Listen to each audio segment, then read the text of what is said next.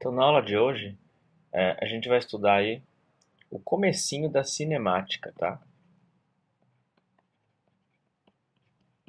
Cinemática, na verdade, vai ser aquela parte da física que estuda os movimentos, mas só estuda os efeitos de um movimento. Ou seja, dentro da cinemática, a gente basicamente vai estudar aí os deslocamentos. Deslocamentos, na verdade, são as distâncias, enfim, que um corpo percorre para frente, para trás, o quanto ele se desloca de maneira geral, tá?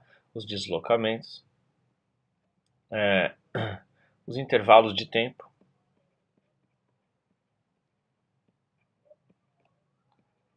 ou seja, quanto tempo determinado veículo levou para fazer tal viagem, quanto tempo que o avião levou para ir de uma cidade A a uma cidade B, enfim, tudo isso está dentro desses intervalos de tempo aí que a gente vai estudar. A gente vai estudar também velocidade, obviamente, velocidade e, por último, a aceleração, tá? Então, basicamente, são esses 4 itens que a gente estuda dentro da cinemática a respeito de um movimento. Tudo isso daqui são efeitos de um movimento, né? Então, qual é a consequência de eu ter um determinado movimento? Posso produzir um determinado deslocamento. Dependendo desse deslocamento em determinado intervalo de tempo, eu posso ter uma velocidade. Dependendo de como for essa velocidade dentro de um intervalo de tempo, eu posso ter uma aceleração.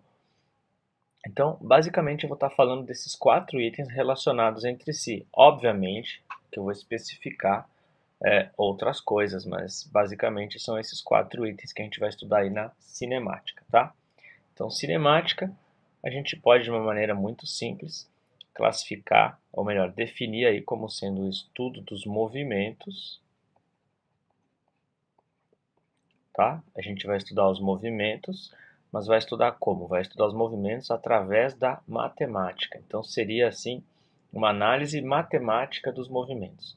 Movimentos mais a matemática.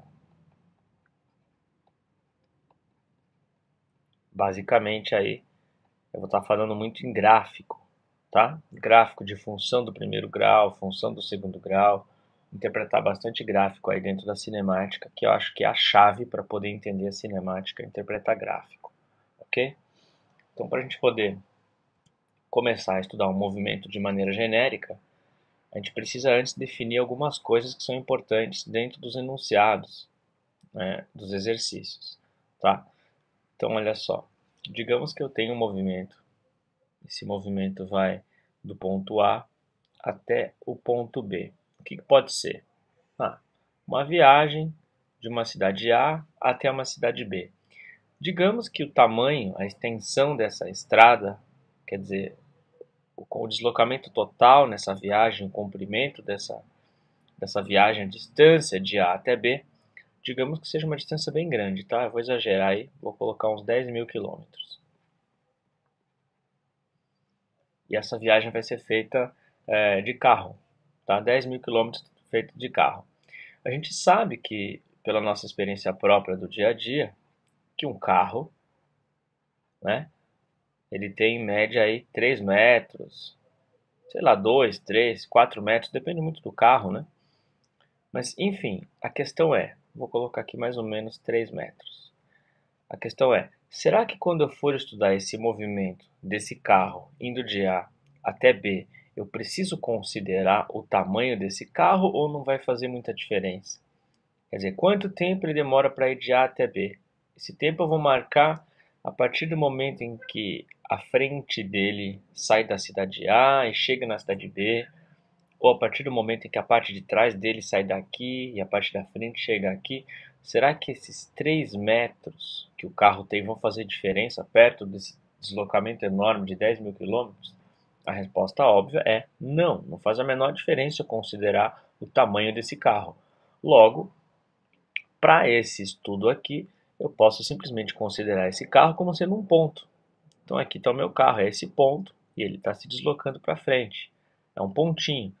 Então toda vez que num exercício de física eu posso desconsiderar O tamanho do objeto, do corpo, da pessoa, do carro, do avião, não importa. Toda vez que eu posso desconsiderar o tamanho, quer dizer que eu estou tratando aqui, quer dizer que a gente está tratando de um ponto material, tá? Então, esse é o caso onde o carro pode ser tratado como um ponto material. Então, muito exercício começa assim. Um ponto material se desloca de um ponto A até um ponto B com velocidade tal. É disso que ele está falando. É quando você despreza as dimensões daquele corpo. Ele é um ponto material, tá? Mas muitas vezes você tem que usar aí do bom senso, tá? Às vezes não é tão simples de definir se é um ponto material ou não. Você usa do bom senso. Será que dá para considerar ou será que não? Tá? Agora eu vou mostrar um outro exemplo onde a gente tem que considerar o tamanho do veículo. E aí já não vai mais ser um ponto material. Tá? Então, digamos que eu tenho aqui, numa estrada, de novo, um carro. Bom, eu não sei desenhar muito bem, mas isso não importa. Eu tenho um carro e na frente desse carro eu vou ter um caminhão. Tá? Um carro e um caminhão. Digamos que esse meu carro tenha aí uns 3 metros, digamos que esse meu caminhão tenha uns 15 metros, digamos que os dois estejam a uma distância de uns 10 metros. Digamos que nesse exercício eu saiba o valor das duas velocidades, velocidade 1, velocidade 2, eu sei as distâncias, enfim. E uma das perguntas em algum momento nesse exercício vai ser para a gente calcular qual é o intervalo de tempo que dura essa ultrapassagem. Minha questão é, será que nesse tipo de problema eu preciso levar em consideração o tamanho do carro ou o tamanho do caminhão, ou simplesmente vou lá e considero o carro como sendo um ponto material e o caminhão como sendo um ponto material? Obviamente que não, porque quando que vai começar essa ultrapassagem? A ultrapassagem vai começar quando a frente do carro estiver encostado aqui ó, na parte de trás do caminhão. E a ultrapassagem vai terminar quando essa parte de trás do carro já estiver encostado na parte da frente do caminhão. Certo? Então aqui eu vou ter que considerar o tamanho do caminhão, o tamanho do carro. Eu não posso desconsiderar. Quer dizer, as dimensões dos objetos aqui não são desprezíveis se comparadas com o meu deslocamento aqui, ó, né? Que são 10 metros. Né? Se isso daqui fosse naquela mesma viagem anterior de A até B, essa diferença aqui para percorrer os 15 metros do caminhão ou os 3 metros do carro seria desprezível. Tá? Então depende muito do exercício, essa questão de desprezar o tamanho ou não. Então aqui eu chamaria os meus objetos de quê? De corpo extenso.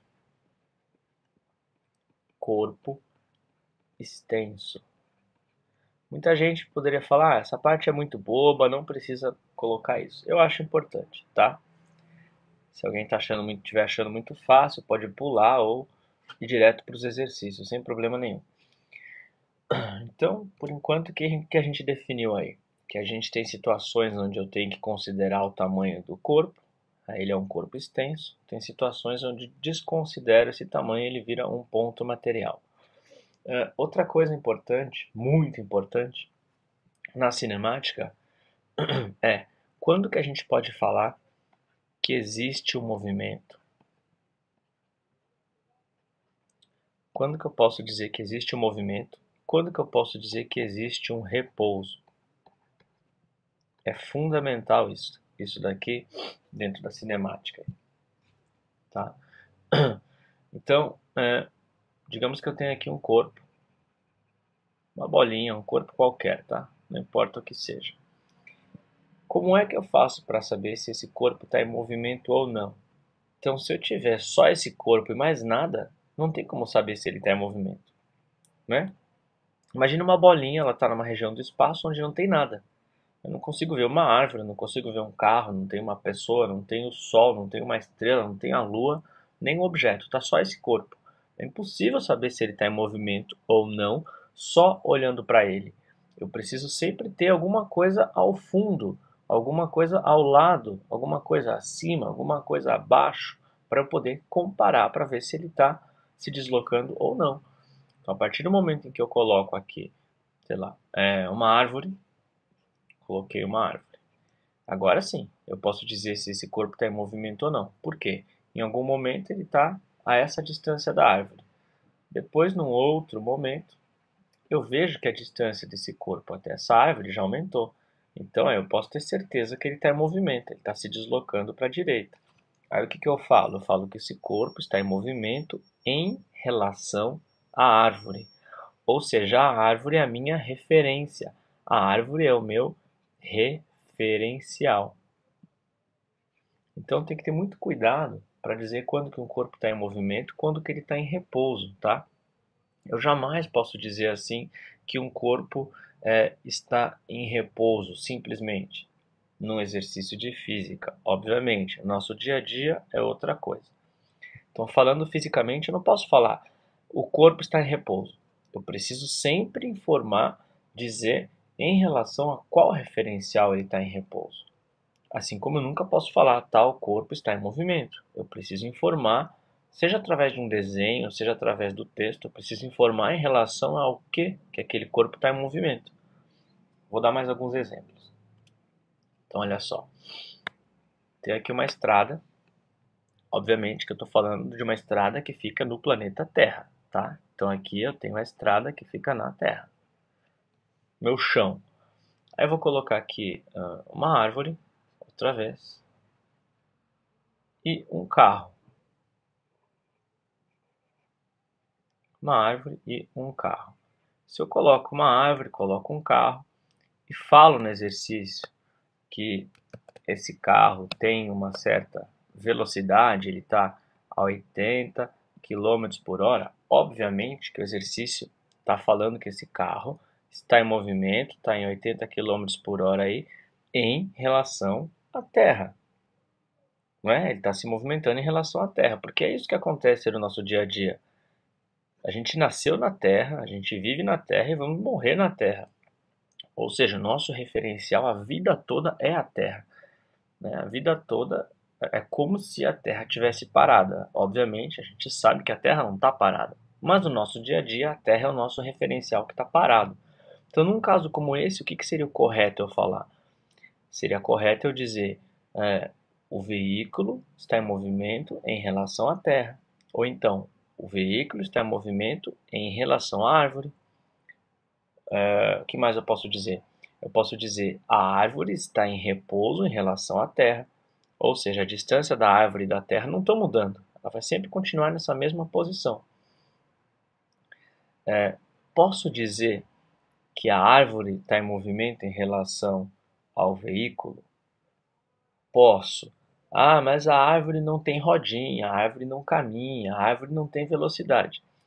Ok, mas para a gente falar em movimento e repouso, não importa quem tem pneu, quem tem roda, quem está caminhando, quem está voando. A questão é, se dois corpos estão mudando a distância entre si conforme o tempo passa, os dois estão em movimento um em relação ao outro. Então, fisicamente, eu posso dizer o seguinte: eu posso dizer que o carro está em movimento em relação à árvore, e também posso dizer que a árvore está em movimento em relação ao carro. Como assim? Então, olha só, parece bem bobinha essa análise, né? Mas muita gente passa batido aqui e, na verdade, não sabe nada. Então, eu vou colocar uma das frases aqui. Eu vou dizer assim, ó. A árvore está em movimento em relação ao carro. Está em movimento em relação ao carro. Em relação ao carro. Bom, desculpa a letra aí, gente. Vou tentar melhorar, tá? A árvore está em movimento em relação ao carro. O que quer dizer isso? Vamos tentar analisar essa frase.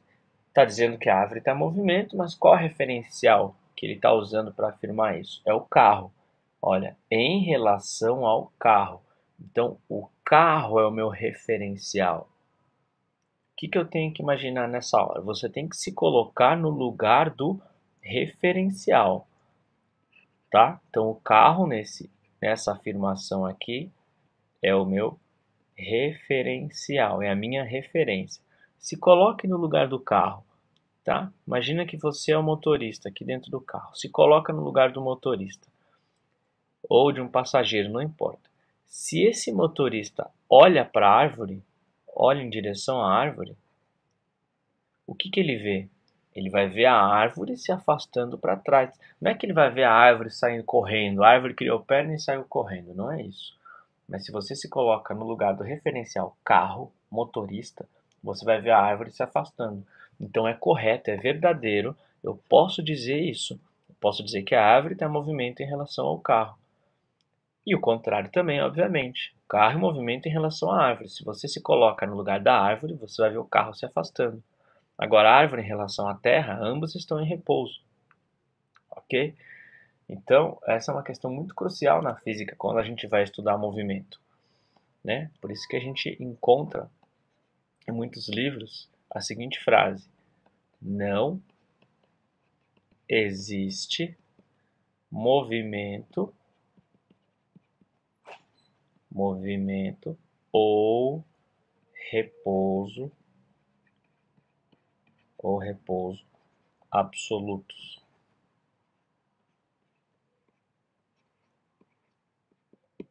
Não existe movimento ou repouso absolutos.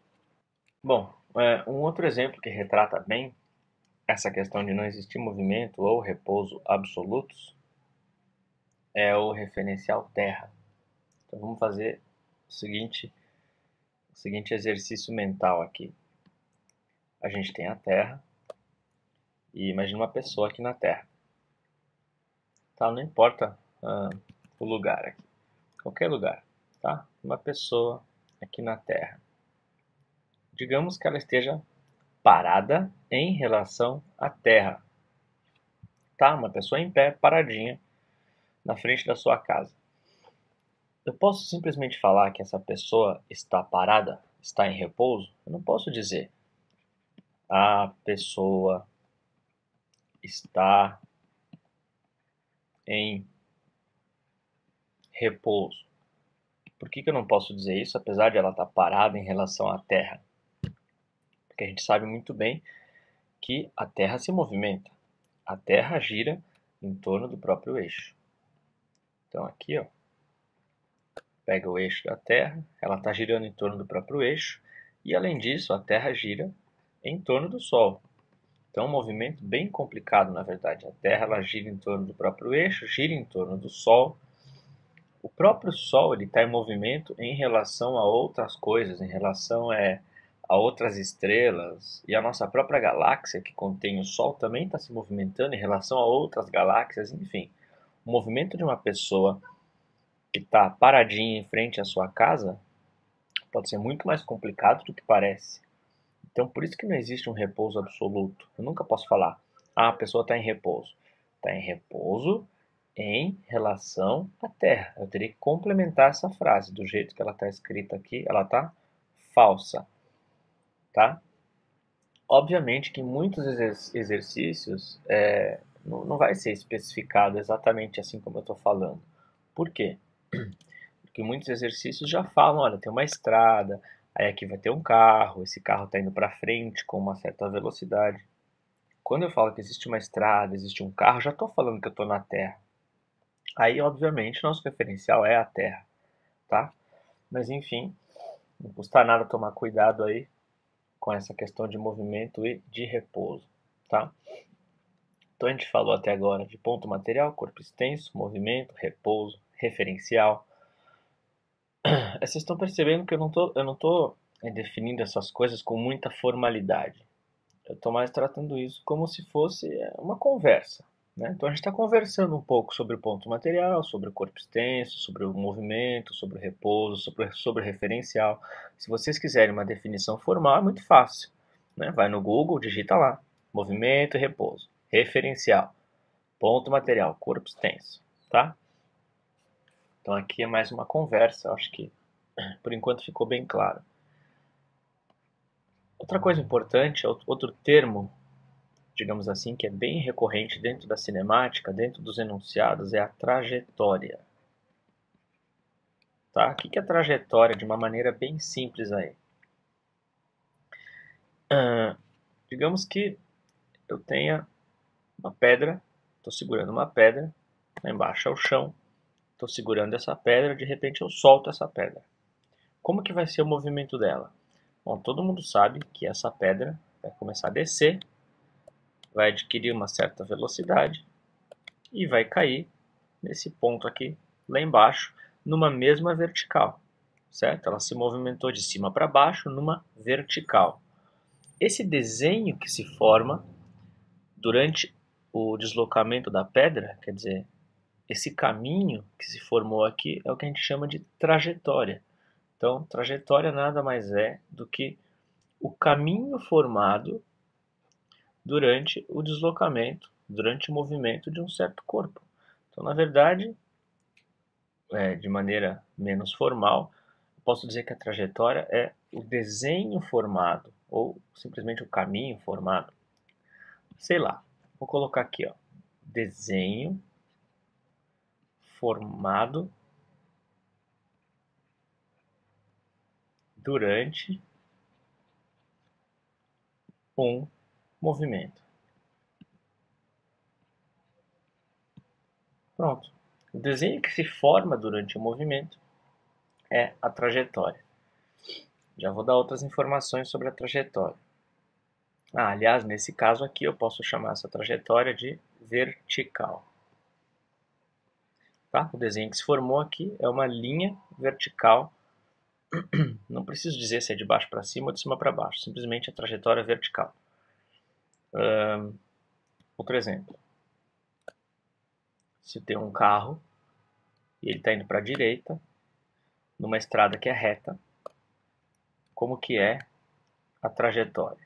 Trajetória horizontal, da esquerda para a direita. O desenho que se forma aqui, né, seria uma horizontal.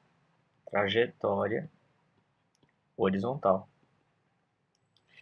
Outro exemplo, bastante tradicional aqui, dentro da física já. Um tiro de canhão. Imagina que aqui está a bala de canhão. Eu não vou desenhar o canhão porque eu não sei desenhar o canhão.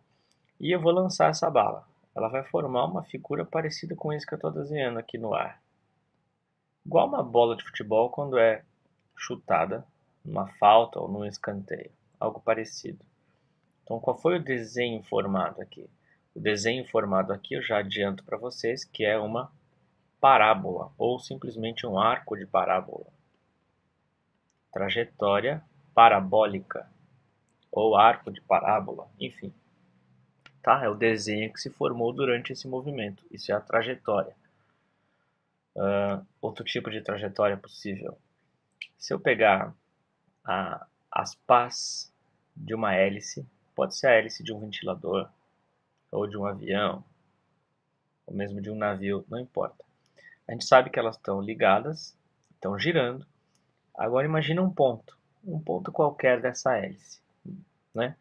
Qual é a trajetória do movimento aqui desse ponto, para quem está olhando de frente essa hélice, como a gente está vendo? Então, para quem está olhando de frente essa hélice, a trajetória que esse ponto vai ter é uma trajetória circular, ou seja, ele vai ficar fazendo isso o tempo todo. Vai ficar fazendo esse movimento aqui. Ó. Então, nesse caso, eu teria uma trajetória circular. Então, tem trajetória que é reta, né? Horizontal, vertical. Tem trajetória que é parabólica, que é essa curva. Tem trajetória que é circular. E existem outras mais complicadas, tá? Tem trajetória que é senoidal, tem trajetória que é helicoidal. Mas tudo isso que eu estou falando aqui, adivinha, vai depender também de um referencial. Por isso que a gente diz que a trajetória é uma grandeza física, não diria uma grandeza física, mas um conceito físico que depende de uma referência, ou seja, um conceito relativo. O que é relativo? Relativo é o que tem várias respostas diferentes dependendo de quem está respondendo, ou seja, dependendo de qual referencial você está olhando. Então, é um conceito relativo. Aquilo que para mim é circular, para você pode ser uma trajetória plana, para você pode ser uma trajetória retilínea, O que para um pode ser uma trajetória vertical, para o outro pode ser uma trajetória parabólica. Como assim? Então vai depender do referencial. O exemplo clássico e fácil de a gente imaginar. Aqui está o chão e aqui eu tenho um avião, ok? Esse avião está se movendo para frente com uma certa velocidade v em relação à Terra. Em determinado momento, esse avião solta uma bomba. Tá aqui, ó, soltou uma bomba. O que eu vou fazer? Alguns instantes depois, eu quero fazer o desenho de onde está o avião e onde vai estar essa bomba. Bom, o avião vai estar um pouco para frente, obviamente, não é um helicóptero, é um avião. Então ele está se movimentando da esquerda para a direita. Nesse instante, onde que vai estar a bomba? Já vai ter caído um pouco, mas ela não fica caindo no mesmo lugar. Ela também vai para a direita. Por quê? Porque quando ela foi lançada por esse avião, ela já tinha essa mesma velocidade do avião. Então não tem por que ela perder essa velocidade. Então a questão é, a partir do momento em que ela é lançada pelo avião, ela tem dois movimentos ao mesmo tempo. Ela, ao mesmo tempo que ela cai, ela vai para frente. Então ela tem o mesmo movimento horizontal do avião. Ela vai acompanhar o avião exatamente embaixo dele, só que ela já vai ter descido mais um pouco. Um pouco à frente. O avião já vai estar aqui e a bomba já vai ter descido mais um pouco. E assim por diante. Se eu juntar vários instantes desses, o que eu vou perceber? Vou perceber que a trajetória dessa bomba para uma pessoa que está na Terra, então tem um observador aqui embaixo. Para esse cara que está olhando, ele vai ver uma curva, ele vai ver um arco de parábola. Então, para um referencial na Terra, a trajetória dessa bomba é parabólica. E para um referencial no avião? De novo, a gente vai se colocar no lugar do piloto. Então aqui está o piloto e ele está olhando para a bomba. Esse piloto, conforme ele olha para a bomba, o que ele vai ver? Ele vai ver sempre essa bomba embaixo dele. Ele não vai perceber que a bomba está fazendo essa curva. Ou seja, se o piloto sempre vai ver a bomba embaixo do avião, ele vai ver uma trajetória vertical. Então, para quem está no avião, é como se a bomba estivesse simplesmente caindo em cima de uma mesma vertical. Para quem está na Terra, é como se a bomba fizesse uma trajetória curva. Por isso que a trajetória é uma grandeza relativa, depende do referencial. Ok? Continuando aí então. Para a gente poder estudar o movimento, obviamente que a gente vai precisar saber as distâncias que o móvel percorre, né? E nem sempre isso é fácil de perceber no nosso dia a dia. Então, por isso que no carro a gente tem lá um aparelho que se chama odômetro, que é onde marca a distância que o carro percorreu, né? Todo mundo já observou isso no carro. Mas a gente não pode depender só disso, então a gente vai ter que usar um pouco da nossa imaginação e da nossa organização para poder estruturar um exercício, para poder estudar o exercício. Então, digamos que eu tenho aqui uma trajetória. Essa trajetória é uma estrada que é curva, e em cima dessa estrada eu vou ter um movimento. Então, de um carro, de uma pessoa, não importa. Tem um corpo aqui e ele vai se movimentar da esquerda para a direita. Então, a velocidade dele eu estou representando por essa flechinha da esquerda para a direita. Depois de um certo tempo, ele vai estar passando por aqui. Depois de um certo tempo, vai estar passando por aqui. Eu escolhi aleatoriamente esses três lugares aí. Está indo da esquerda para a direita. Como é que eu faço para saber onde esse cara está, que distância que ele percorreu, enfim. Para isso, a gente tem que imaginar o seguinte, é como se essa estrada, é como se essa trajetória fosse cheia de marcas, né? Como numa régua. Então, numa régua a gente tem marcas, cada marca numa régua representa lá 1 milímetro ou 1 centímetro, enfim, vai depender aí da régua, mas toda régua está cheia de marquinhas. Então, essas marcas que a gente vai ter na nossa trajetória é o que a gente vai chamar de posições, tá? Cada marquinha dessa vai representar uma posição. Ou Pode chamar de posição ou pode chamar de espaço. Eu prefiro chamar de posição, ok? Cada marquinha vai ser uma posição. Essa posição ou esse espaço pode ser medido em metros, pode ser medido em centímetros, pode ser medido em milímetros, em quilômetros, enfim. A gente vai discutir mais para frente isso. Tá? É uma medida de distância, na verdade. E a gente vai dar para a posição, a gente vai usar a letra S para representar essa grandeza posição. Tá? Então, de maneira geral, posição vai ser representado pela letra S. Então, que números que eu vou colocar aqui? Obviamente que vai depender do exercício, né? Alguns exercícios já dão para a gente esses números, em outros exercícios a gente vai precisar inventar, não inventar, mas organizar o nosso corpo em cima de algumas posições. Para começar, a gente precisa escolher onde vai ficar o zero. Então, na verdade, o zero pode ser em qualquer lugar. Digamos que o zero seja aqui. Se o zero fica aqui, à direita do zero, eu vou ter que número? Bom, pode ser o número 1, depois o número 2, depois o número 3. Poderia ser também 10, 20, 30, 100, 200, 300, não sei, vai de cada um, vai de cada exercício, vai da nossa organização. A questão é, se para a direita eu coloco 1, 2, 3, para a esquerda eu tenho que colocar menos 1, menos 2, menos 3 e assim por diante, tá? Então, como é que eu vou saber se para a direita é positivo ou se para a direita é negativo? De novo, vai de cada exercício, vai da sua organização, mas a gente costuma, isso não é uma regra, a gente costuma adotar para a direita o sentido dos números positivos. Então essa setinha aqui, ó, no final da trajetória vai ter uma setinha. Essa seta indica que para a direita os números crescem, para a esquerda os números diminuem, tá? Então cuidado que muita gente confunde. Essa seta aí não quer dizer que o cara está indo para a direita. Nesse nosso exemplo, ok, ele está indo para a direita e a seta está para a direita, é verdade. Mas não é isso que quer dizer. Essa seta aqui é a orientação da trajetória. Então, para a direita os números crescem, para a esquerda os números diminuem. Nesse exemplo que eu dei aqui, né, ele começou na posição menos 3, depois passou pela posição 2, depois pela posição 7, enfim, continuou andando aí, tá? Quero mostrar para vocês que existem alguns tipos de posição, ou seja, vai aparecer muito para a gente um negócio chamado S0, ou então simplesmente S, ou então delta S.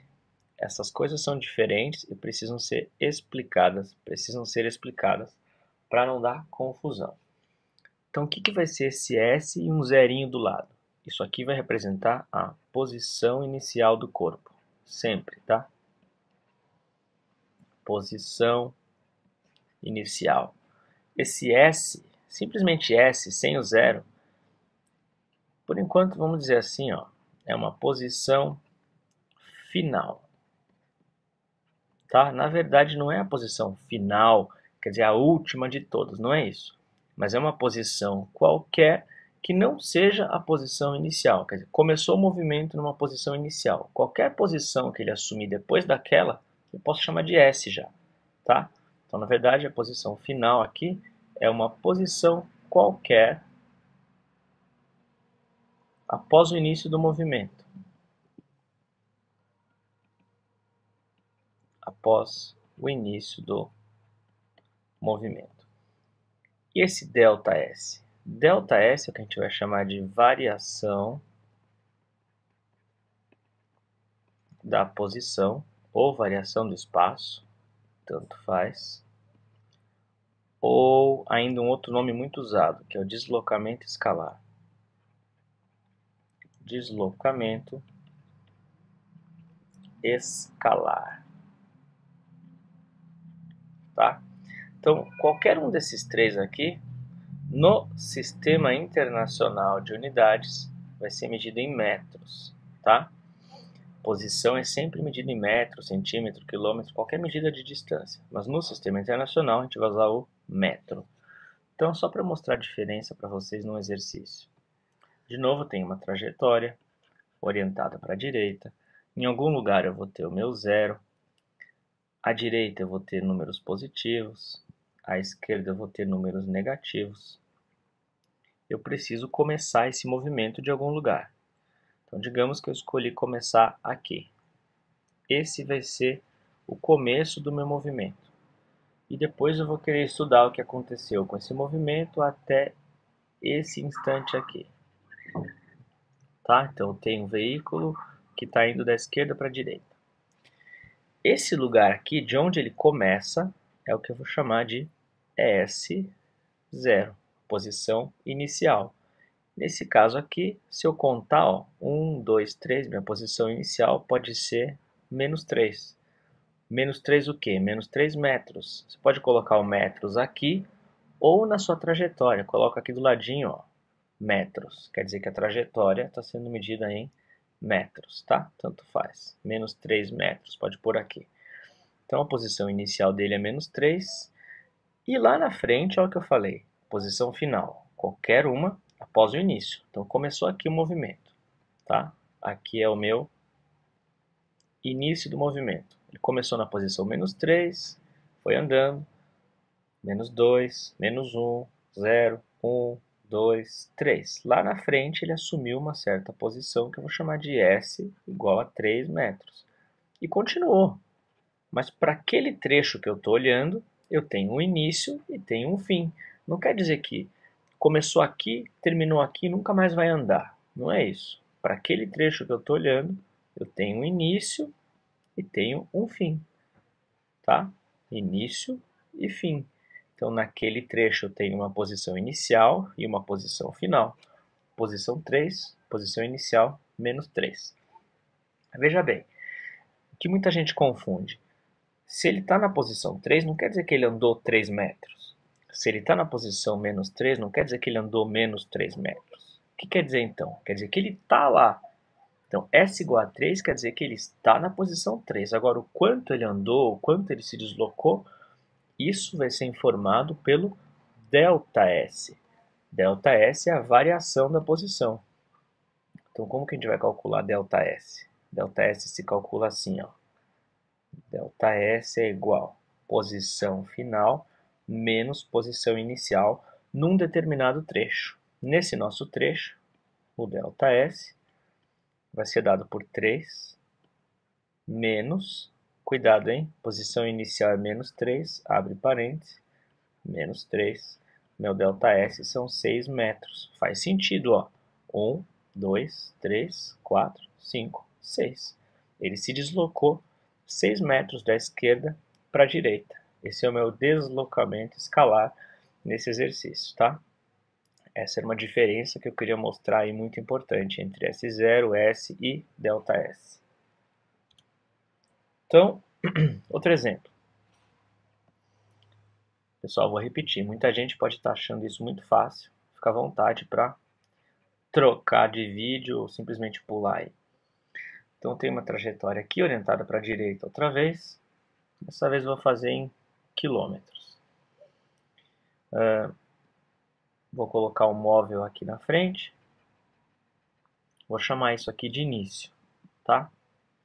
Começou aqui, na posição 30 e está indo para a esquerda.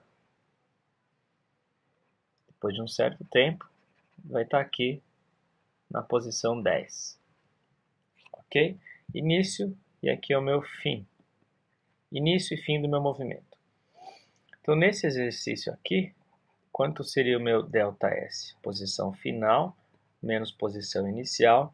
Então, minha posição final é 10, menos a posição inicial 30. Então, nesse exemplo aqui, meu ΔS deu menos 20 km. Qual é o significado de eu ter um ΔS negativo, diferente do exemplo anterior? ΔS negativo quer dizer que eu me desloquei no sentido oposto ao da trajetória. Eu estava na direita e fui para a esquerda. Então, isso daqui quer dizer um deslocamento negativo. Quer dizer que eu voltei. Vou colocar entre aspas aqui, ó. Oposto à orientação da trajetória. Vou colocar em aspas, oposto à orientação da trajetória. Lembrando que eu escolhi lá no início orientar a minha trajetória para a direita. Então, se meu ΔS deu negativo, quer dizer que ele foi para a esquerda. Simplesmente isso. Tá? Voltei 20 km. Minha posição inicial está aqui, 30. Minha posição final está aqui, 10. Certo? Então, espero que fique bem clara essa diferença entre posição inicial, posição final e ΔS. Aliás, esse delta, esse triangulinho aqui que a gente chama de delta, que é uma letra grega, toda vez que ele aparecer na física, ele vai significar variação de alguma coisa, tá? Variação. Como eu estou falando de ΔS, é variação da posição. Posição final menos posição inicial. Mas vão ter outros tipos de variações aí para frente. Outra coisa importante aí para eu falar da trajetória. Segue minha trajetória orientada para a direita. Tá? Valores positivos para a direita, negativos para a esquerda. Em algum lugar eu tenho meu zero. Esse zero aqui, que é o mesmo zero que tem em toda a régua, né? Toda régua começa do zero. Esse zero tem um nome muito específico aqui na física. Esse zero se chama origem das posições. Ou simplesmente origem. Origem das posições. Ou simplesmente origem. Muita gente confunde essa origem com posição inicial. São coisas bem diferentes. Eu posso muito bem começar o movimento aqui atrás, numa posição inicial negativa, menos 4, por exemplo. Ó, posição inicial menos 4. No entanto, a origem continua sendo zero. Então, origem ser igual a zero não quer dizer que o cara saiu do zero. Isso sempre vai ser zero. Estou definindo para vocês, a origem das posições é onde? É onde o S é igual a zero. Na posição zero, sempre vai ser chamada de origem, independente de onde tiver o corpo.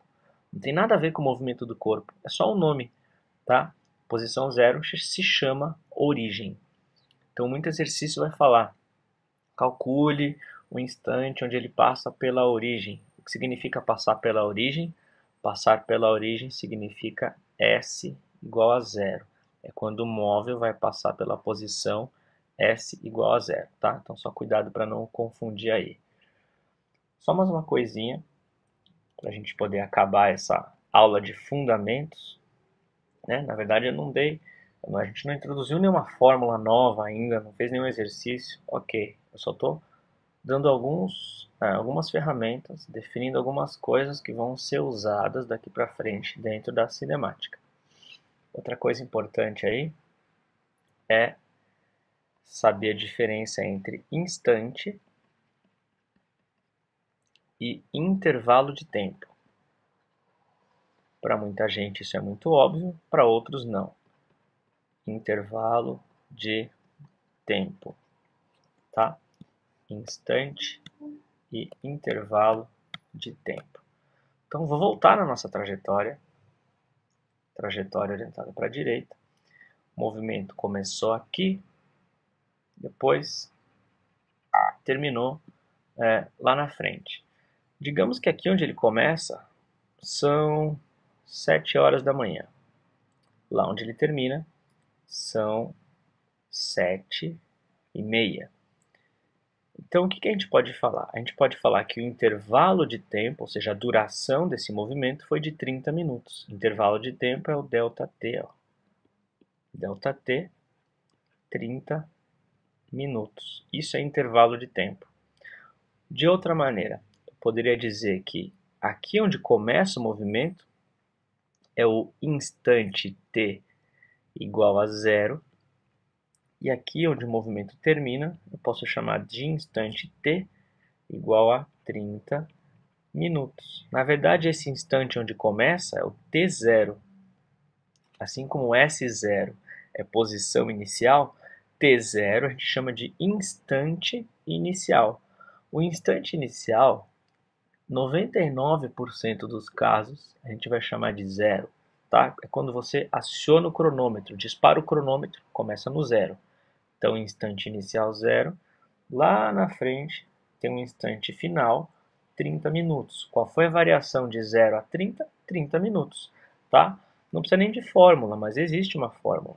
Variação de tempo ou intervalo de tempo. Instante final menos instante inicial. 30 menos 0, 30 minutos, tá? Instante lembra instantâneo. Então, instante é aqui, é aqui, é aqui, é aqui, é aqui, é aqui. É um determinado instante. Intervalo de tempo é entre um instante e outro. Tá? Aqui eu dei o exemplo em minutos, poderia ser horas, poderia ser segundos, poderia ser dias, semanas, meses, mas no sistema internacional, na verdade, vai ser segundos. Eu vou falar disso lá na frente, tá?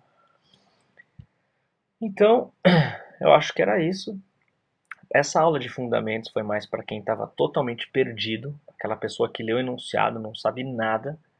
Então aqui a gente discutiu o que é um ponto material, corpo extenso, movimento, repouso, referencial, trajetória, posição, variação de espaço, origem, instante e variação de tempo. Tudo isso eu vou usar daqui para frente nas outras aulas onde eu vou falar do resto da cinemática e nas aulas de exercício onde eu vou resolver exercícios de cinemática, tá? Começando do nível bem básico, do zero mesmo, até o nível de exercícios 5 estrelas, ok? Até a próxima aula, espero que tenham gostado. Tchau, tchau.